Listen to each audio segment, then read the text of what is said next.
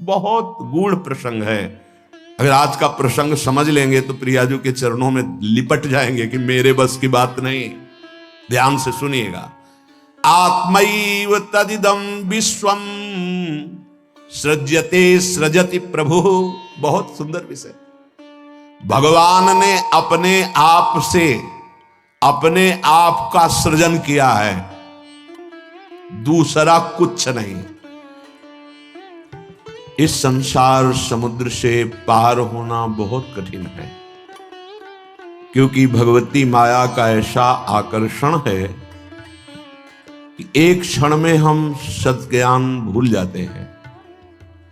असत अज्ञान का ऐसा साम्राज्य सा छाया हुआ है, सत संकल्प करते हैं कि आज के बाद हम ऐसा नहीं करेंगे, पर विवश होकर के फिर माया हमसे वैसा ही करा देती है जो नहीं करना चाहिए। उसके लिए हमें अध्यात्म बल की आवश्यकता है। अध्यात्म बल बड़े कृपा पात्रों के हृदय में जागृत होता है। कृपा हमारे ऊपर है, पात्र हमें बनना है। कृपा ना होती तो मनुष्य देह न मिलता, साधु संग न मिलता, धाम आने को न मिलता, नाम लीला रूप प्रभु के सिद्धांत ये सुनने को न मिलता। कृपा तो है, अब हमें कृपा पात्र बनना है, तभी वो प्रेमामृत रस हमारे हृदय में आएगा। कृपा पात्र उपासक एकमात्र अपने आराध्य देव के चिंतन का ही महत्व रखता है। उपासक के अंदर ये प्रश्न नहीं आना चाहिए कि हमें 6 महीना 1 वर्ष हो गए नाम जप करते हुए, कोई हमें परिवर्तन तो नहीं दिखाई दे रहा। 1 महीना अगर हम नाम जप कर रहे हैं या 1 वर्ष नाम जप कर रहे हैं तो ये सत चिंतन है। सत चिंतन कभी व्यर्थ नहीं होता। तुम्हें पता नहीं है कि तुम्हारे कितने अशुभों का नाश कर चुका है नाम, यदि वास्तविक आप जप रहे हैं। संचित कर्मों को पहले भस्म करता है नाम। इसीलिए नवीन उपासक को यह अनुभव नहीं होता कि नाम का फल क्या है, क्या आनंद है, क्या दुख मिटता है। इसलिए प्रार्थना है आप अपने अज्ञान के कारण कहीं नाम जपना ना छोड़ दे कि जब से नाम शुरू किया हमें कोई लाभ नहीं दिखाई दे रहा, हमें नौकरी नहीं मिल रही, हमारा काम नहीं बन रहा, हमारे दुख नहीं मिट रहे और दुख बढ़ रहे हैं। ऐसा आपको माया अनुभव कराएगी।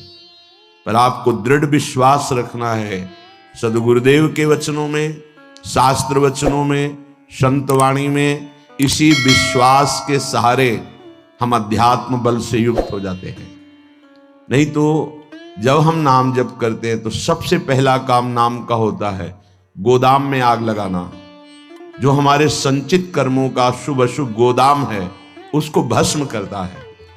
अब ये बात पता नहीं है तो वो वर्तमान में तत्काल फल देखना चाहता है कि हम नाम जप किए तो हमारी सारी कामनाओं की पूर्णता हो ही जानी चाहिए। नहीं, नाम जप का फल क्या हुआ, वो ऐसा सोचता है।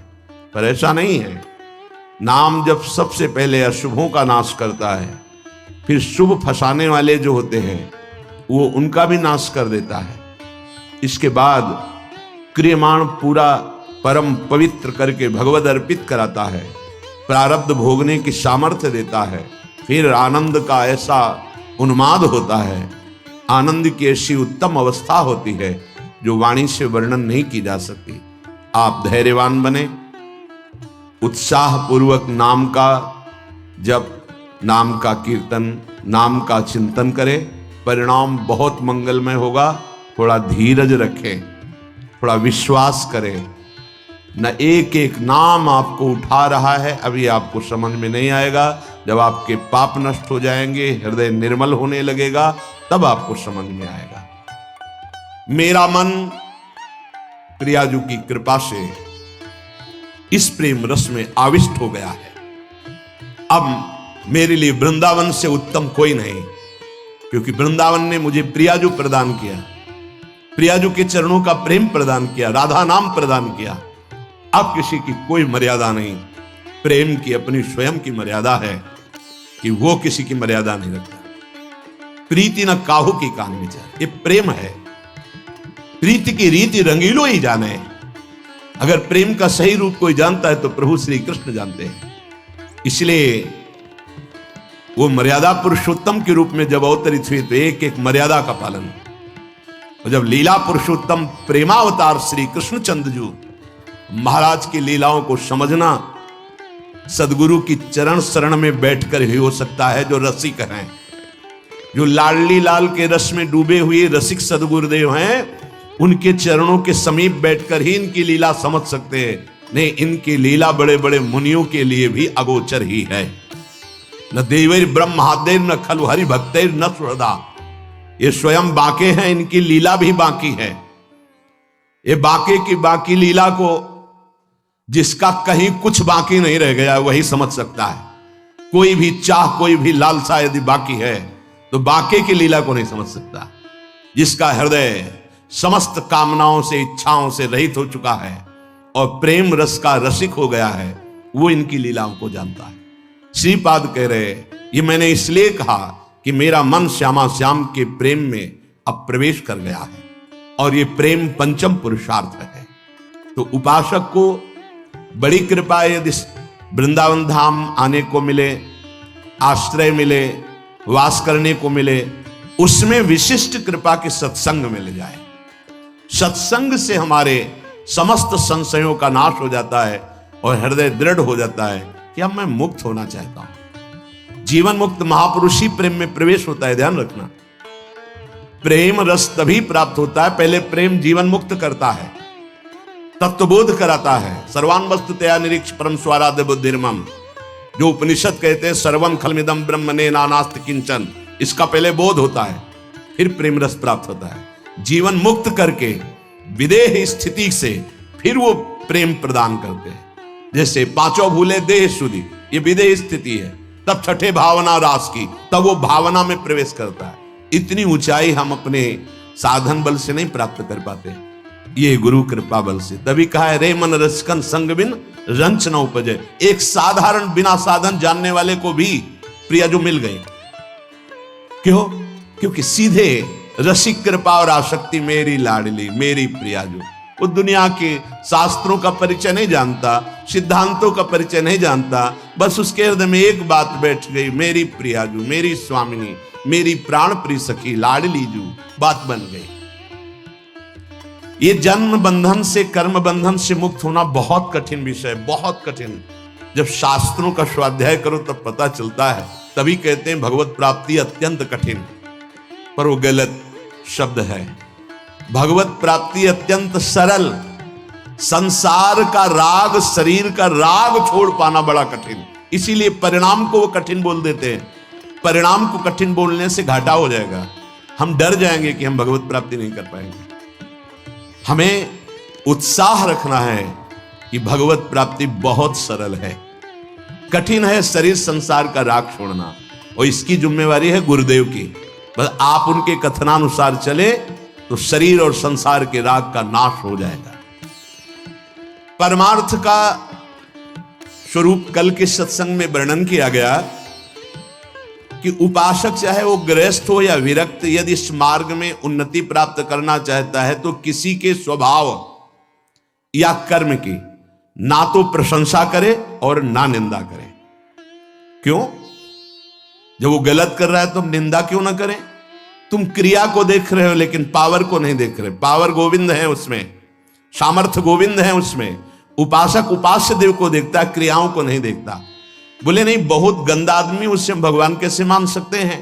तो गंदा उसकी क्रिया को लेकर के है, लेकिन परम कारण तत्व जो बैठा है वो निर्विकार, चेतन, अमल, सहज सुख राशि, उसको क्यों नहीं देखा? तुम क्रिया देखने वाले संसारी नहीं हो, तुम तत्व का दर्शन करने वाले भगवत भक्त हो, उपासक हो, जिज्ञासु हो। जैसे हम छाया को देखकर, कल ध्यान कीजिए सत्संग का, छाया को देखकर भ्रम हो जाता है कोई है क्या? ठूंठ को देखकर भ्रम हो जाता है भूत है क्या? रस्सी या टायर को देखकर हमें भ्रम हो जाता है ये सर्प है क्या? पर वहां कुछ नहीं होता। वो ठूंठ है, वो रस्सी है, वो आपकी छाया है। ठीक ऐसे ही पूरे संसार में आपके सिवा कुछ नहीं है। सच्ची माने आपको भ्रम होगा, कैसे ऐसे हो सकता है? जैसे स्वप्न में आपके मन के सिवा कुछ नहीं था, तो उसमें दुश्मन भी थे, मित्र भी थे, भोग भी था, ना जाने क्या क्या था, पर जब जगे तभी वो झूठा समझ में आया ना। स्वप्न में तो आपको सब सत्य लग रहा था, ऐसे ही अज्ञान से युक्त होने के कारण आपको ये नानात्व सत्य लग रहा है। स्त्री पुरुष, अच्छा बुरा, नीच उत्तम अधम, ये आपको लग रहा है। श्री भगवान कह रहे हैं, बहुत गूढ़ प्रसंग है। अगर आज का प्रसंग समझ लेंगे तो प्रियाजू के चरणों में लिपट जाएंगे कि मेरे बस की बात नहीं। ध्यान से सुनिएगा। आत्मैव तदिदं विश्वम सृज्यते सृजति प्रभु। बहुत सुंदर विषय। भगवान ने अपने आप से अपने आप का सृजन किया है, दूसरा कुछ नहीं। आत्मैव तदिदं विश्वम सृज्यते सृजति प्रभु त्रायते त्राति विश्वात्मा ह्रियते हरितीश्वरः। उसने अपने आप से अपने आप को बनाया। त्रायते त्राति विश्वात्मा ह्रियते हरितीश्वरः, और अपने आप से अपने आप की रक्षा की, पालन किया। और फिर ह्रियते हरितीश्वरः, फिर अपने आप से अपना संहार किया। ये है सत्य विषय। उद्धव तस्मान्नहात् बनोन्यस्मा दन्यो भावो निरूपितः निरूपितेयं त्रिविधा निर्मूला भातिरात्मनि इदं गुणमयं विद्धि त्रिविधम मायया कृतम। इसलिए उद्धव तुम सच्ची बातें समझो। मैं अपने आप से अपने आप को रचा, अपने आप से अपने आप का पालन किया, और अपने आप से अपने आप का संहार कर लूंगा। किसको दोष दर्शन दें, किसकी निंदा करें, किसकी प्रशंसा करें? कोई दूसरा हो तब ना। अब कह रहे हां, जिनको ज्ञान दृष्टि नहीं प्राप्त हुई है, व्यवहार दृष्टि प्राप्त हुई है, वो ये बात ना समझकर भिन्न देखते हैं। ये अच्छा, ये बुरा, ये स्त्री, ये पुरुष, ये जड़, ये चैतन्य, आदि आदि। उद्धव, ज्ञान दृष्टि के अतिरिक्त मेरे इस रहस्य को किसी और दृष्टि से नहीं जाना जा सकता। जो कुछ भी तुम्हें दिखाई दे रहा है, प्रतीत हो रहा है, तुम्हारे चिंतन में आ रहा है, ये केवल मैं ही मैं हूं। देखो, पीछे मन को लगाने की दो युक्तियां बताई गई थी। आपका मन जहां जहां जा रहा है वहां भगवान देखने की चेष्टा करे। वो वस्तु, वो व्यक्ति, वो पदार्थ, वो श्री भगवान ही हैं। क्योंकि जब पहले सृष्टि नहीं थी तो श्री भगवान थे। भगवान ने अपने आप में सृष्टि रची तो सब कुछ भगवान है, और जब समेट लेंगे तो केवल भगवान बचेंगे। तो जहां जहां मन जाए, जिस वस्तु, व्यक्ति, स्थान में उस श्री भगवान को देखिए कि ये वस्तु, ये व्यक्ति, ये स्थान मेरे आराध्य देव बने हुए। दूसरी बात कही गई थी, जहां जहां मन जाए वहां से हटा के अपने लक्ष्य में लगाइए। बार बार मन को ऐसा करने से वो मन लक्ष्य में लग जाएगा, स्थिर हो जाएगा। अनिर्वचनीय मैं ही सब रूपों में स्वयं विराजमान हूं। इसलिए मेरी सृजन लीला देखकर, मेरी पालन स्थिति लीला देखकर और मेरी संहार लीला देखकर मेरा भक्त विचलित नहीं होता, क्योंकि मैं ही मैं स्वयं का सृजन, पालन और संहार कर रहा हूं। ये जो तीन प्रतीतियां हो रही, सृजन, पालन, संहार, अध्यात्म, अधिदैव, अधिभूत, ये बिल्कुल निर्मूल हैं। जैसे माया, जैसे स्वप्न में कुछ नहीं था, वैसे ही माया के द्वारा कुछ नहीं है। न सृजन है, न पालन है, न संहार है।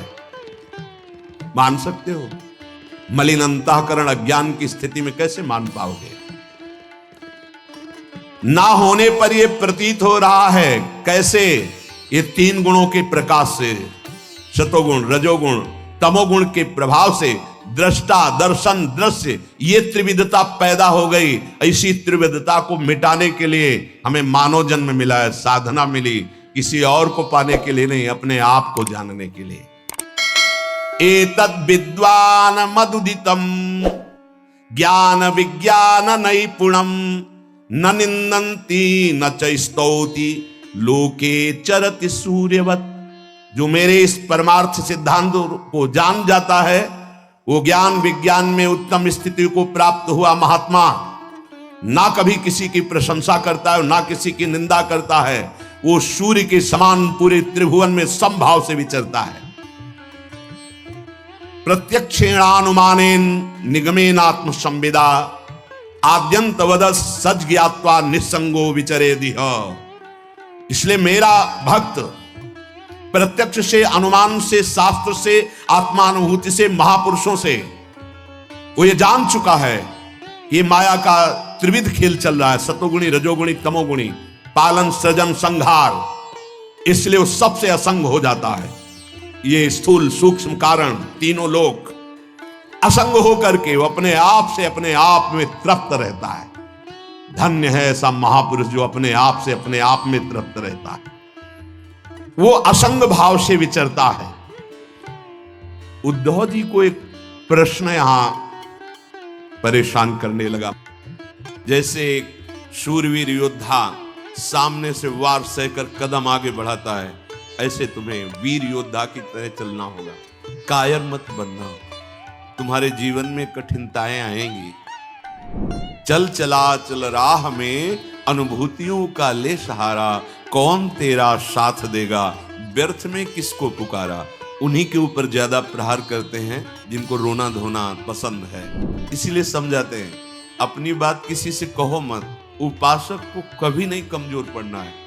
अपने मन की बात किसी साधक से भी नहीं कहनी कि मेरे अंदर काम आ रहा है, ऐसे तो जप नहीं पा रहे हो, अपराध करके जप पाओगे। अपराध का सीधा प्रभार होता है भजन ना होने देना।